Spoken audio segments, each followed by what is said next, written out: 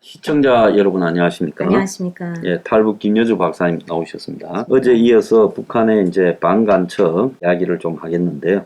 아까 말씀드린 탈북했다가 잡혔다라는 장시일가 네. 금밀수를 했다. 네. 그 사람을 좀 아십니까? 제가 이제 대표님이 말씀하시니까 생각이 났는데 예, 2000년 초반에 북송이 됐을 때 예. 한 구치소에 그 장씨가 있었습니다. 누나하고 동생, 남동생, 예, 형제가 있었는데 그 누나는 철저망 그 방이 있는데 그 좁은 방에 있었고 우리는 그 복도에 앉아 있었는데 계속 그 간수가 그 누나를 찾더라고요.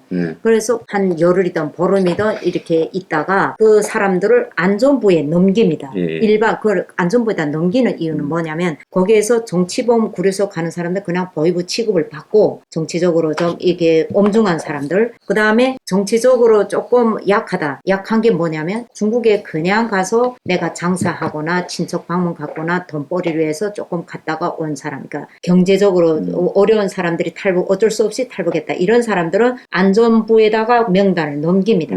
그 넘기면 그 안전부에서 그 넘긴 인원수를 데리고 그 6개월짜리 노동 단련대를 보냅니다. 근데 일단은 노동 단련대 보내는 부류에서도 또 엄중한 사람들 몇 부류를 보내긴 하는데 그런 사람들은 거기다 일단 가다 놓고 다음 다시 안전부에서 불려서 예심합니다. 예심이라는 게 뭐냐면 취급을 한다 그 말입니다. 그러니까 사람을 때리면서 조사를 하고 또 그 노동 단련대다 보내서 또 보호하고 있다가 보내고 이렇게 하는데 어느 날 이 남자가 도망간 겁니다. 이제처럼 그 식당에는 배식구 문이 있는데 그쪽으로 어떻게 도망갔다 해가지고 그 배식구 사람들 불러다 다음날에 안전원이 와서 막 발로 배 차고 머리를 몽둥이를 때리고 그 사람을 놓쳐버렸으니까 그 다음에 이게 국가보위부에 올라갑니다. 이 사람이 지금 노동단련대에 있다가 지금 조사 중에 없어졌다. 그래서 이 사람을 당장 체포해 내어라 이래가지고 그 여자는 이미 도망쳤고 누나도 도망쳤고 했는데 누나를 데리다가 그 누나도 예전에 그래도 좀 키도 크고 얼굴 생김도 예쁘게 생겼습니다. 근데 그 여자가 국가안전부 남편한테 시집을 가다 보니까 이 여자 자체도 안전부 군악단에 있었습니다. 거기 있으면서 이렇게 음악도 좀 막 그 집 내력이 좀 음악도 좀 잘했다 하더라고요. 근데 그 언니를 국가보위에서 중국 쪽에다 의뢰해서 붙들어 내어라, 무조건 붙들어 내어라. 근데 금장사도 많이 했고 근데 뭐 크게 간첩 행위를 했거나 그런 건 아닙니다. 근데 잡혀 있다가 도망간 게 그게 엄청 그 죄가가 그게 플러스 돼가지고 이 여자를 데리다가 제가 다시 재탈북해서 온 다음에 그 같이 있던 수감생이 이야기하는데 사형당했다 하더라고요. 그러니까 이게 죄가 아닌 죄로 사용하는 그런 사람들이, 그러니까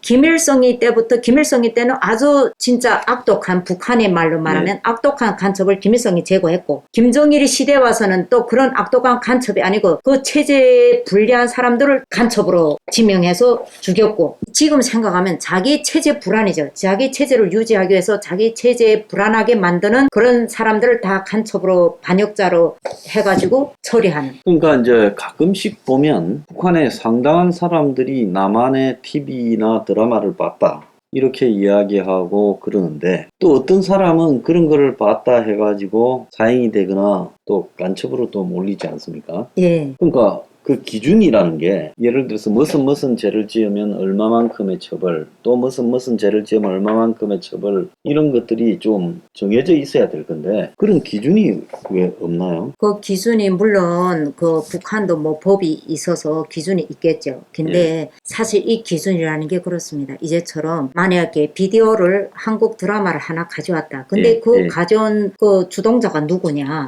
그 총책 주동자가 가져다가 그 사람은 이런 걸 전문 나르니까 그 돈이 없이는 이런 건 나를 수도 없습니다. 또 북한 법에서 초창기는 몰라도 후에는 이런 사람들을 이용했습니다. 네가 한국 드라마를 누구에 주겠다 해라.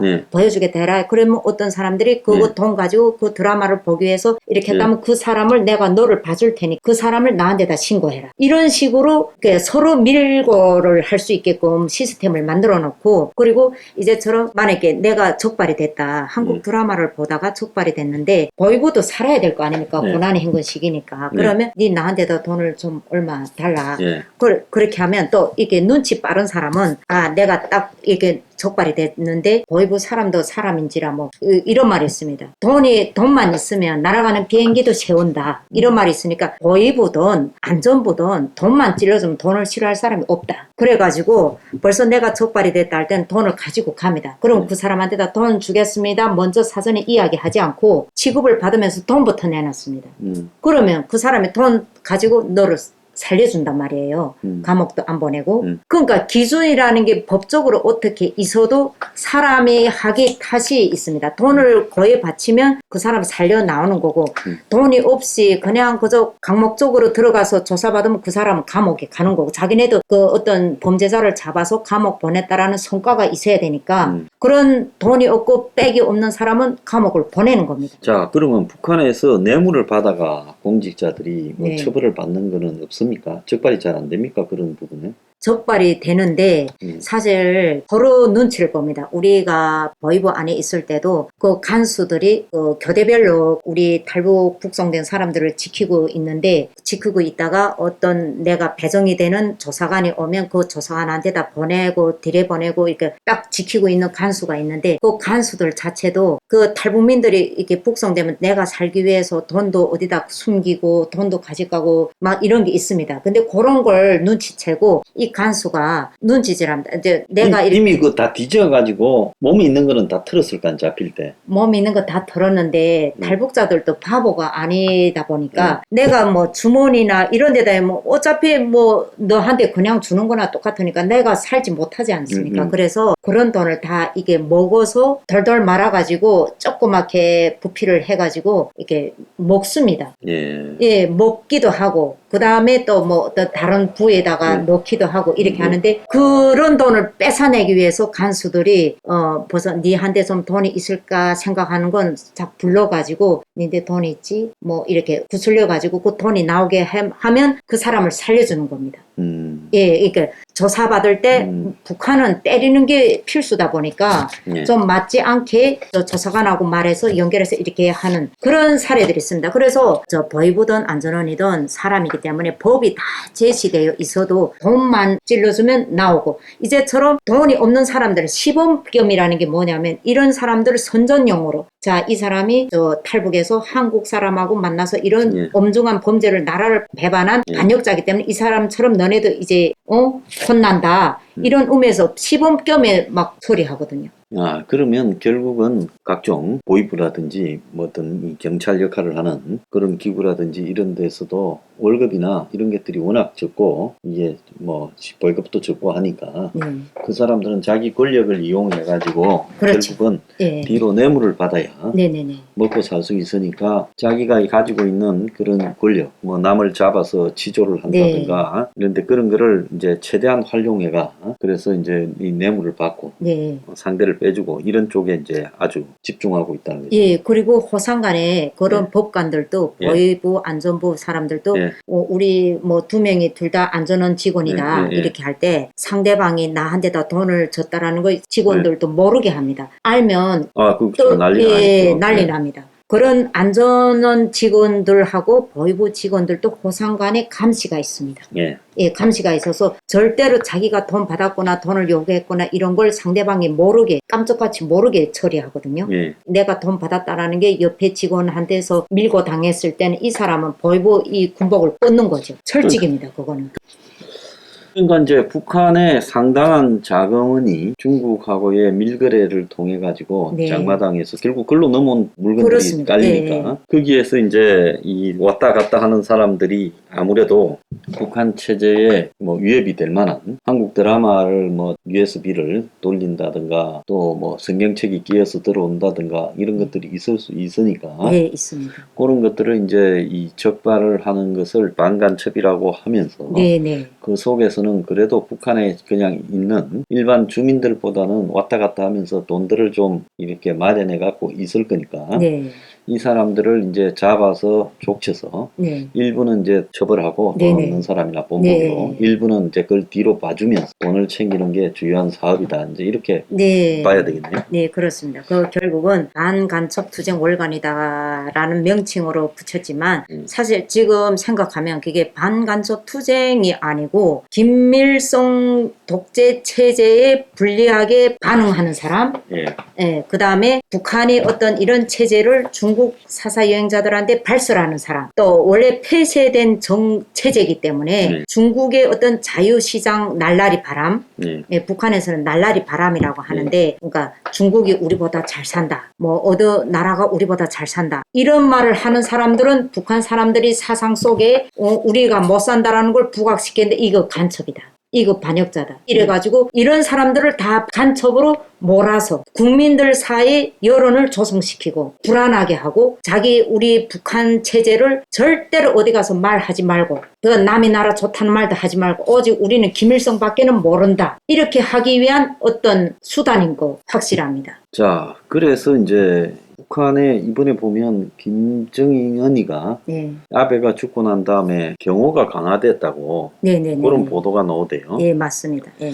자, 김정은이가 북한에서 참 누가 뭐 외부에서 침투한 사람이 들어가가지고 김정은이를 제거하고 이런 일은 뭐 거의 불가능하잖아요. 그래서 세계에서 아마 가장 안전한 사람이 김정은일 건데, 아마 미국에서 스파이를 절대 못 보내는 나라가 김정은일 거라고 보여요, 북한. 근데 북한에서 그 밀착 경호를 한다는 건 누가 김정은이를 죽인다고 생각을 하고 저런 밀착 경호를 할까요? 사실 우리가 생각할 때는 북한의 경호에 대해서 정말 면밀하게 경호를 하고 있다라고 생각하지만, 사실은 김일성일 때보다 김정일이 때부터 북한 주민들이 충성심이 조금씩 낮아졌기 때문에 경호에 대해서 각별히 신경을 많이 썼습니다. 그럴까요? 예, 각별히 신경을 썼고, 또 그리고 각별히 신경을 쓴다는 자체는 김정일이 체제가 불안하고 또 거기에 김정은이 체제가 더 불안하기 때문에, 그래서 90년대 후반 2000년대 초반에 벌써 쿠데타가 일어났습니다. 우리가 모르게 북한 내부는 이미 쿠데타가 일어났고,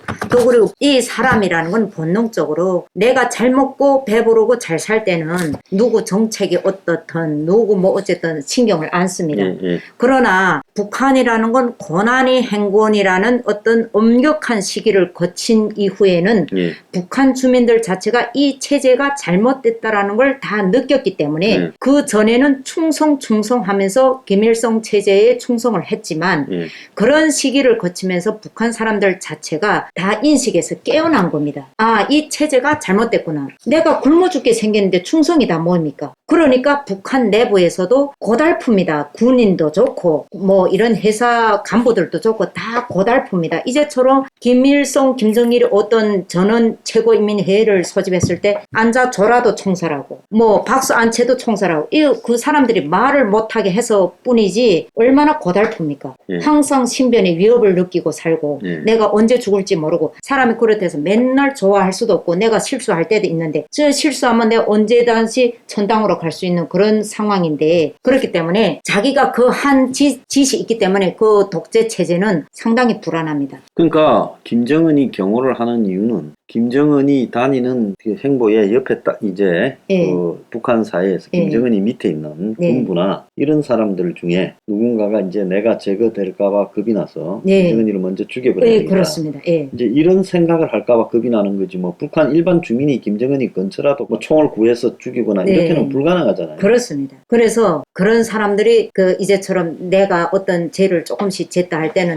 언제든지 나를 제거하고 총살하겠구나, 이게 두려워서 네 죽고 내 죽고 해보자. 그 밑에 라인들이 다 그 김정은을 제거하기 위한 그런 게 같이, 전번에도 쿠데타 일어났을 때도 그 군대 그 대대, 큰 대대라고 하더라고요. 거기에서 김정은을 죽였는데 그 원래 김정일 때부터 그랬습니다. 그래서 이런 차량도 어떻게 하냐면, 자, 앞에 호위 차량이 가고 그 뒤에 김정일 차량이 간다 할 때는 누구가 보기에도 차량이 다 알리잖아요. 그럼 두 번째는 그 김정일이 차량이다, 김정은이 차량이다 하는데 그 차량을 막 수없이 순위를 바꿉니다. 그러니까 같이 경호하는 사람도 헷갈리게. 그러니까 자기가 이 굉장히 변덕이 강하게 예, 어느 그렇습니다. 날은 그 충성을 바치는 사람들을 졸았다고 제거하고 또 뭐 장성택이 사람이라고 제거하고 의심이 맨날 이렇게 죽먹듯이 바뀌니까. 그러니까 자기 의심이 이제 저게 김정은이가 언제 나를 죽일지 모르겠다고 이제 불안하죠. 제 바람에 불안해진 예, 이 북한의 군부 고위층이나 있는 사람이 네, 저걸 차라리 제거해버리자. 예,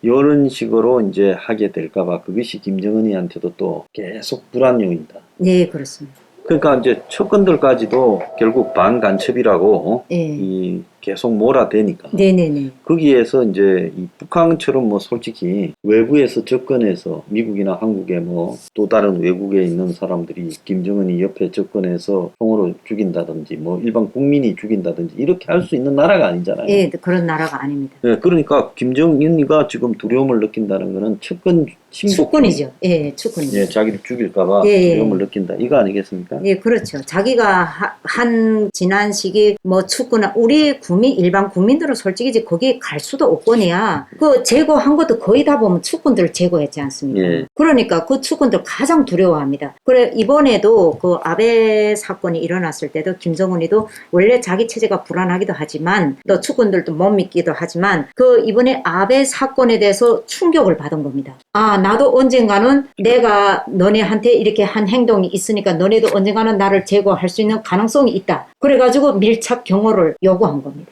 밀착 경호를요. 예. 참 그래가지고도 저렇게 사는 게 신기한데요. 자, 북한이 이제 저런 식으로 계속 이제 앞으로 지금 경제가 거의 무너져간 것 같은 다 무너졌습니다. 하는 것 같은데 예. 그럴 것 같으면 이제 점점 국민들이 먹고 살기 어려워지면 정권에 대한 비판이 커질 거고 반란이 일어나죠. 또 김일성이는 이제 지가 가진 카리스마로 좀 지배를 해왔지만 그 밑으로 내려갈수록 그런 것도 없잖아요. 예. 자, 그 속에서 북한의 지금 반간첩이나 또 체제에 위협이 되는 세력을 제거하는 소동이 점점 더 커질 수밖에 예, 없겠네요. 그렇습니다. 예. 공포를 조성하기 위해서 예. 정말 조금만 내가 행동을 잘못하면 저런 개죽음을 당할 수 있겠구나라는 걸 부각시키기 위해서 진짜 공포정치죠, 솔직히 지금. 그런데 탈북자분들 중에 예. 중국을 이렇게 가시는 분들은 불안하지 않습니까? 언제 북한에서 와서 잡아가서 간첩으로 몰지 모르는데 그나 탈북자분에 중국 왔다 갔다 하는 분들은 뭔 생각으로 저러나 생각이 들더라고요. 아, 왔다 갔다 하는 부류가 이제처럼 뭐 다양한 부류들이 있습니다. 북한은 예전에 아버지가 뭐 간첩이다, 아버지가 반역자다 이러면 그 가족이 몽땅 몰살하고 또 그 가족이 평생 매장이 되어 있다 보니까 탈북자들도 내 가족 신분 토대가 걸리면 그쪽에서 결혼하기도 힘들고 생활하는 모든 삶이 정말 여기 우리 대한민국의 애완용보다 못한 삶을 살기 때문에 그래서 결혼 목적으로 가는 탈북자 있고 또 그리고 내가 먹고 살기 위해서 생존을 위해서 장사를 하기 위해서 가는 탈북자도 물론 있고 또 그다음에 정부의 어떤 그 가슴에 환이 맺힌 사람들도 있습니다. 이게 다양하게 탈북민들이 있는데 북한에서 처리하는 거는 기본적으로 남자성과의 관계를 많이 중요시하기 때문에 이제처럼 한국 사람을 만나서 거기서 돈을 좀 받았다 이러면 그 사람들을 정치적으로 매장하고 반역자 취급을 합니다. 근데 중국 사람들은 사실 뭐 우리 탈북민들에 대해서 어떤 그런 걸 하는데 북한에 요구하는 건 뭐냐면 중국 사람을 통해서 이게 북한 사람들한테 어떤 나쁜 사상이 유입이 된다. 이렇게 해서 탈북민들이 중국에 탈북한 다음에 그 북송되면 바로 이렇게 반역자나 정치범 보내고 경제범 보내고 고문당하고 이런 게 두려워가지고 불안한 상황에서 살다 보니까 저도 그랬습니다. 사실 내가 이제 잡히면 북한에 가서 남한테 맞아 죽느니 그냥 차라리 내 스스로 자결하는 게 좋겠다. 이래서 두 번째 재탈북할 때는 제가 한국행을 출발할 때 조그만 면도기를 샀습니다. 커터칼 조그만 거 팝니다. 어차피 나는 처음에 탈북에서 고문을 많이 받았고 반역자라는 취급을 받았기 때문에 두 번째는 나는 어선 죽는다. 아니 그런 건 지극히 당연한데 예. 탈북해가 한국에 왔다가 또 중국에 가가지고 또 북한 걸 제일 얼쩡얼쩡하는 사람들이 좀 있잖아요. 근데 자원적으로 입국하는 사람이 뭐 100명이다 하면 자발적으로 입국하는 사람이 한 10명, 한 20명 가량이고, 그리고 한 80명은 다 이렇게 유도를 합니다. 북한에 재입국을 뭐 납치했거나 유도하거나 뭐 이런 사례들입니다, 사실. 아니 근데 이제 중국 근처에 갔다가 아니면 네. 중국 땅에 들어갔다가 예. 언제든지 북한이 영향을 미치는 지역에 왔다 갔다 한다는 거는 내가 잡혀갈 예. 북한으로 가능성이 매우 커지고, 잡혀가면 간첩으로 몰려가 남한에서 예. 살다 탈출해가 예. 살다가 왔으니까 그냥 두겠습니까? 왔다 갔다 하는 건 사실 밀수입니다. 면서요. 예, 장사를 하는데 그런 사람들은 밀수를 전문적으로 하는 사람들은 그 루트를 잘 알기도 할 뿐더러 보이부하고 어떤 내통도 좀 아니 있습니다. 제가 말하는 거는 이제 그런 분들도 있을 거고, 예. 남한으로 탈북했다가 아, 재입국. 이제 중국 근처로 이제 가는 사람들, 중국의 북한 국경 근처로 이제 가는 사람들이 좀 있잖아요. 있는 사람들은 예. 뭐 케이스가 다양한데 예. 어떤 사람들은 그런 게 있습니다. 중국에서 탈북해서 여성들 같은 경우는 아이를 낳고 예. 한국에 왔는데 아이를 못 데려왔습니다. 사실 저기 한국으로 올 때는 그 루트가 너무 상당히 위험한 루트이기 때문에 아이는 그냥 두고 놔두고 내가서 왔다. 자리 잡으면 아이를 데려오겠다. 네. 이래서 아이 보러 가는 사람이 네, 있고, 그것도 많이 충분히 되네요. 그리고 이제처럼 가족을 북한에서 재탈북을 시키려면 본인이 가야 됩니다. 여기 한국에 입국한 사람들이 대한민국 여권을 가지고 가서 한국 사람이기 때문에 자기 형제를 얼굴을 확인해야 됩니다. 내 돈 주고 브로커한테 내 뭐 어떤 가족을 데려와야 되는데 그냥 브로커한테 돈만 주고 데려오기는 믿음성이 적은 그렇죠. 사람들이 자기가 많기 직접 봐야 되는 거 예, 아니에요? 그렇기 때문에 본인이 직접 가서 봐서 데려오는 경우가 있고, 그러니까 다양한 케이스이기 때문에 딱히 내가 북한을 다시 넘어가자고 갔다 이런 사람은 드뭅니다. 예. 그런데 이제 갔다가 거기서 잡히고는, 잡혀가, 예. 그래서 최근에 보면 중국이 적극적으로 북한이 그런 사람들을 색출하는데 중국 정부도 협조를 하는 것 같아요. 협조합니다. 요즘 탈북자가 거의 못 들어오고 있죠. 못 들어오니까 지금 뭐 협조해도 요즘에는 뭐 탈북자들을 밀고 하고, 우리가 중국에 체류할 때는 중국 사람들한테 어떤 뭐 포상금을 줘가지고 파출소에 저 아무개가 어느 집에서 지금 살고 있다 탈북자가 그걸 체포해라 이러면 뭐 돈을 얼마 받았다 하는데 딱히 주는 거 보지는 못했지만 이런 밀고 하는 그런 게 많았습니다. 그래서 참 그 탈북자분들은 이 북한의 이 가족이나 여러 가지 이제 남기고 온 인연이 있어서 예, 그렇습니다. 그것 그런 것 때문에 갑니다. 좀 위험하게 좀 계시겠네요. 네네네. 예. 자, 오늘 그 외에는 또 하실 말씀이 있는 게 있습니까? 네, 그래가지고 정말 이 북한의 오늘 시간에 방간첩 투쟁이라고 해서 제가 방송을 했는데, 이 취지는 북한의 초기 김일성 정권 때 간첩, 김정일 정권 때 간첩, 김정은 정권 때 간첩이 부류마다 다르다. 정권마다 다르다라는 거 말씀드렸고요. 그리고 이 부류마다 다른 간첩이 어떤 의미를 담고 있는지에 대해서 이 오늘 방송을 사실 말씀드렸습니다. 그 다음에 김정은 정권의 이 간첩이라는 거는 사실 반역자입니다. 반역자라는 건 뭔가 하면 정권이 바뀜에 따라서 김정일부터 시작해서 김정은 체제를 바뀌면서 더 불안한 체제가 됐고, 김정은 체제는 그 체제 자체가 이제는 다 멸망한 체제이기도 하고, 이래서 이런 멸망한 체제에서의 간첩은 간첩이 아니라 그냥 자기 체제를 불안하게 만드는 이런 사람들로 반역자를 치고 하다 보니까 오늘 시간에 이 방간첩 투쟁에 대해서 부류별로 말씀드렸습니다. 예, 오늘 출연해 주셔서 감사합니다. 감사합니다. 감사합니다.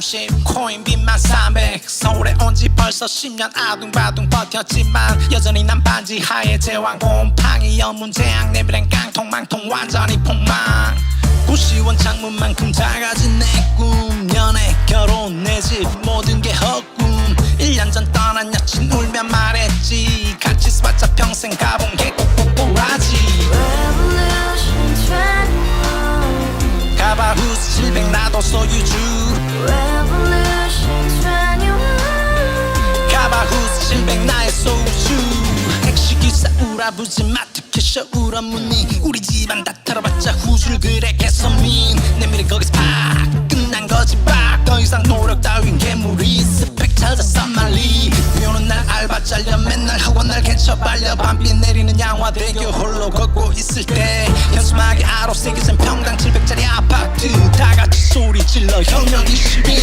Revolution 21 가바후스 700 나도 소유주 Revolution 21 가바후스 700 나의 소주 You and I, we live together in the house brand new day and your dream had just begun Yeah